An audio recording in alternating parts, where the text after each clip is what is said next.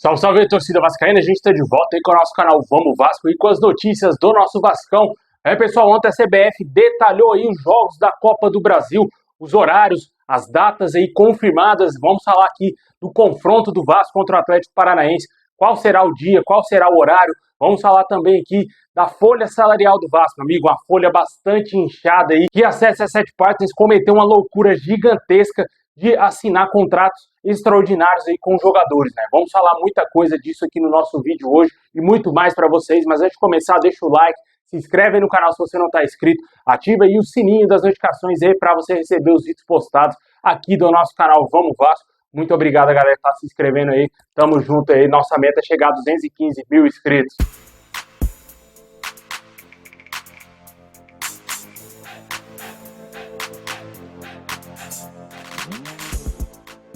Bom, pessoal, a semana que vem será uma semana bastante decisiva para o Vasco aí, tanto no Campeonato Brasileiro e também principalmente na Copa do Brasil, onde iremos enfrentar o Atlético Paranaense duas vezes na mesma semana. Na segunda-feira vamos enfrentar o Furacão aí pelo Campeonato Brasileiro em São Januário. Esse jogo será às 9 horas da noite e o Vasco precisa vencer de qualquer maneira essa partida. Temos a expectativa da volta do Felipe Coutinho e também do Verratti aí ao time titular do Vasco. O Coutinho pelo menos a ser relacionado, ficar ali no banco de reservas, já que o Payet está melhor fisicamente, o Coutinho está voltando de lesão. Existe sim a expectativa dele ficar pelo menos aí no banco nesse jogo pelo Campeonato Brasileiro. O Verratti deverá voltar aí à titularidade normalmente, está treinando com os companheiros, foi poupado na semana passada antes do duelo contra o Criciúma e o jogador deverá estar apto a entrar em campo. E para o jogo de quinta-feira, que será o jogo aí da Copa do Brasil, a CBF detalhou as datas, né? Havia expectativa desse jogo realmente ser marcado para quinta-feira. Muita gente ficou iludido, né? Que o jogo seria na quarta-feira, não dava um tempo aí de recuperação para os jogadores. Essa partida foi confirmada já pela CBF, que detalhou totalmente as rodadas aí da Copa do Brasil. E o primeiro jogo, como todo mundo sabe, será em São Januário. Esse jogo será no dia 29, na quinta-feira, às 8 horas da noite. Essa partida, inclusive, terá transmissão somente da Amazon Prime, que é o sistema de streaming da Amazon, cara. Para você aí que é um pouco mais leigo nesse assunto, o jogo não terá transmissão no Premiere, no Sport TV e tampouco na Rede Globo. Você vai ter que fazer uma assinatura ou fazer o famoso gato aí para poder assistir esse jogo do Vasco aí na Amazon Prime. O jogo de volta será no dia 11 de setembro, que dará numa quarta-feira, às 9h30 da noite. E será em Curitiba. A tendência é que esse jogo também tenha somente transmissão da Amazon Prime, já que geralmente eles costumam transmitir os jogos ida e volta. Hoje em dia vem tendo muitos meios de transmissão e causa uma certa confusão aí no torcedor, principalmente o torcedor vascaíno, né, que já está acostumado ali com Sport TV, Premier Clubes e também na Globo. Poucas vezes a gente vê o Vasco sendo transmitido em outros canais, como por exemplo ESPN, Paramount Plus, a própria Amazon Prime, muito também porque o Vasco também não joga tantas competições internacionais e por isso não tem transmissões em canais aleatórios, né? E por isso que sempre mantém o padrão, né? Quando não era Sport TV é Premier ou na Globo, agora vai ser no Prime Video e você vai ter que ficar aí atento para poder assistir essa partida do Vascão tão importante na quinta-feira, já nessa próxima semana. Deixa aí nos comentários o que você espera desse jogo do Vasco, tanto pelo Brasileiro e também na Copa do Brasil. Vamos ter a volta do Coutinho e do Verratti. Ótimas notícias aí para nós, para esses jogos tão importantes.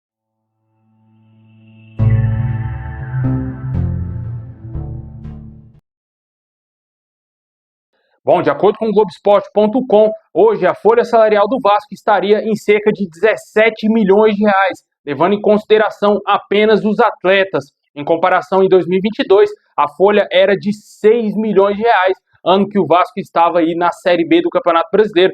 No ano passado, esse valor dobrou, chegou a 12 milhões de reais e já nesse ano chega a 17 milhões de reais, sendo a maioria desses contratos feitos pela CSS Partners, né? 99% dos jogadores que estão hoje no Vasco foram contratados pela empresa que não gere mais hoje a SAF do Vasco. É uma situação bem complicada, né? A gente vem falando aqui diariamente desse assunto, né? Até o próprio Pedrinho se mostrou muito incomodado com esses contratos aí feitos pela CSS Partners, jogadores recebendo salários astronômicos, valores que nunca receberam nas suas carreiras, como por exemplo o Galdames, cara, ganhar 500 mil reais. O cara desse ganhar $500 mil, cara, é um absurdo, velho, não tem condição. O cara não entrega absolutamente nada em campo, pouco joga, e infelizmente foram os contratos feitos pelo Vasco.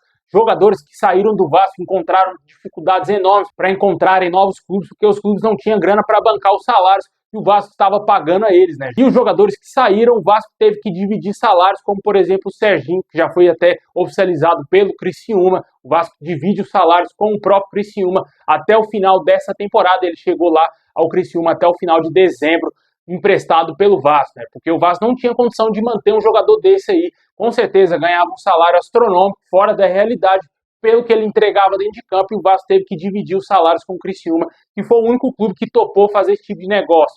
E outros jogadores vêm encontrando dificuldades para sair do Vasco. O Galdames, com certeza, seria um desse nome. O próprio Rossi. O Rossi deve ter um salário astronômico, cara. Para ele não querer sair do Vasco da maneira aí que foi noticiado, que ele negou totalmente as propostas de outros clubes, é porque realmente ele deve estar ganhando um dinheirinho bem acima, cara. Deve estar ganhando uma grana bem acima aí do que ele vem entregando dentro de campo. São os problemas aí causados pela CSA7 Partners, a famosa herança maldita deixada aí pela empresa norte-americana, que vem respingando hoje na folha salarial do Vasco. O Vasco não tem um novo investidor da SAF.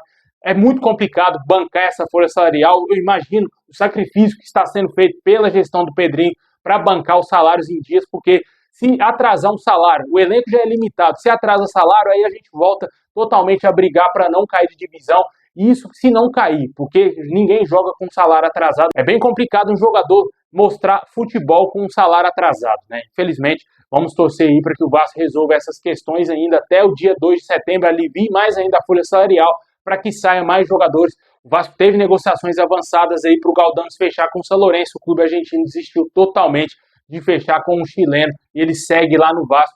O Vasco ainda monitora o mercado em busca de mais reforços, né? Pelo menos 2 reforços deverão chegar até o dia 2 de setembro, só que até agora não temos mais nomes aí falados no mercado de jogadores que o Vasco estaria contratando. Até agora, somente especulações. Foi o Maurício Lemos, que não vem mais. E o último nome especulado para a zaga foi o zagueiro Malo, que passou pelo Fluminense, Barcelona, Shakhtar Donetsk, Sassuolo, lá da Itália. É um jogador que foi muito mal no Fluminense, mas o Vasco teria demonstrado um certo interesse nele por ele estar livre no mercado. Ainda, de acordo com o Globoesporte.com, o Vasco busca um volante aí, de preferência um primeiro volante, para compor o nosso elenco, e pode ser que essas duas posições sejam reforçadas até o fechamento da janela de transferência. Deixe aí nos comentários o que você acha dessa folha salarial do Vasco. Cara, 17 milhões de reais é muita grana para um elenco que entrega muito pouco, né? O Vasco está somente no meio da tabela, muitos jogadores aí que não merecem receber o que ganha hoje no Vasco.